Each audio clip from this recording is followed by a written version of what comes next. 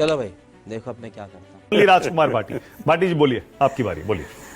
धर्म मूर्ति, धर्मावतार, non biological अवतार, जुमला विशेषज्ञ माननीय नरेंद्र मोदी जी ने एक और नया जुमला इस देश को दे दिया है कि मेरे अंदर खून नहीं बह रहा, सिंदूर बह रहा। गजब बेइज्जती है। अभी साजिया जी कह रही थी हमारा खून खोल रहा है, ये तो डायलॉग चेंज हो जाना चाहिए। अब आपसे कहे करो हमारा सिंदूर खोल रहा है। ये जो माननीय मोदी जी बोलते समय ये भी नहीं देखते कि आपका कितना मजाक उड़ेगा, कितनी हंसी उड़ाई जाएगी, कुछ भी बोल देते हैं। तो अब इनके अंदर सिंदूर दौड़ रहा है। और मैं रागिनी नायक जी आपको ये सलाह देना चाहूँगा कि हम और आप इनका मुकाबला नहीं कर सकते। हमारे और आपके अंदर खून दौड़ रहा है, इनके अंदर सिंदूर दौड़ रहा है। सही खेल गए बेंच। दूसरी बात, आप सवाल उठा रही हैं कि कांग्रेस और विपक्षी पार्टियों से क्यों सांसद चुन के भेजे गए हैं। अब इनकी पार्टी में तो ट्रोलिंग के विशेषज्ञ हैं। किसी को गाली दिलवानी हो, किसी अधिकारी को आतंकवादियों की बहन बताना हो, संसद के अंदर ए आतंकवादी चिल्लाना हो, मोदी जी की चरणों में सेना को समर्पित करना हो, तो ये कर सकते हैं। बाहर विदेशों में जाके देश की छवि सुधारने के लिए तो पढ़े लिखे लोगों की जरूरत पड़ेगी, और पढ़े लिखे लोग मिलेंगे विपक्षी पार्टियों में। मारो, हमको जिंदा मत छोड़ो सालो।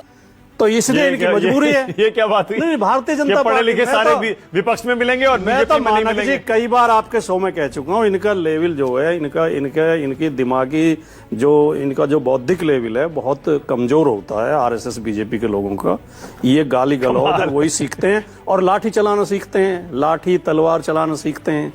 अंतरराष्ट्रीय कूटनीति क्या होती है इन बेचारों को क्या पता। इनसे अपने लोगों को गाली दिलवा लो आप। भैया मुंह निकल जाएगा हमारा, ऐसा करेंगे तो। लेकिन वर्तमान परिस्थितियों में अभी बड़ी शान में बोल रही थी साजिया जी, और हम भी सहमत हैं। हाँ। हमारी सेना ने शानदार काम किया है। हाँ। ऑपरेशन सिंदूर सफल ऑपरेशन रहा है, कहीं कोई दिक्कत नहीं। पाकिस्तान के चुन के ठिकानों पर हमला किया है। हाँ। और पाकिस्तान को भारी नुकसान पहुंचाया है। लेकिन जो फोटो आप लगा रही हैं, जो होर्डिंग लगा रही हैं, उनमें मोदी जी की फोटो क्यों है? उनमें उसमें फौजी ड्रेस में, उसमें उन फौजियों की लगाओ नहीं जिन्होंने शौर्य दिखाया है, जिन्होंने पराक्रम दिखाया है। और कई लोग शहीद हुए, उन शहीदों की लगा देते। अब नहीं मानेंगे। तो मुझे तो इन हालात में मानक जी कि सैनिकों से काम लेते हैं, सेना से काम लेते हैं और फिर अपना प्रचार करते हैं।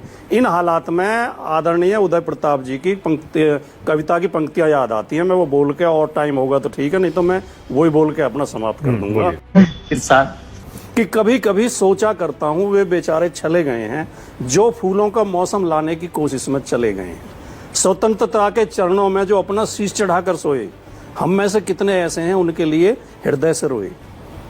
और एक और ध्यान देना इस बात पे, सन 14 से इस दिनांक तक, 2014 सन 14 से इस दिनांक तक केवल ये उत्थान हुआ है, महंगाई हो गई सयानी, भ्रष्टाचार जवान हुआ है और अपनी परछाई की तुलना में छोटा इंसान हुआ है। इससे साफ पता चलता है सूरज का अवसान हुआ है।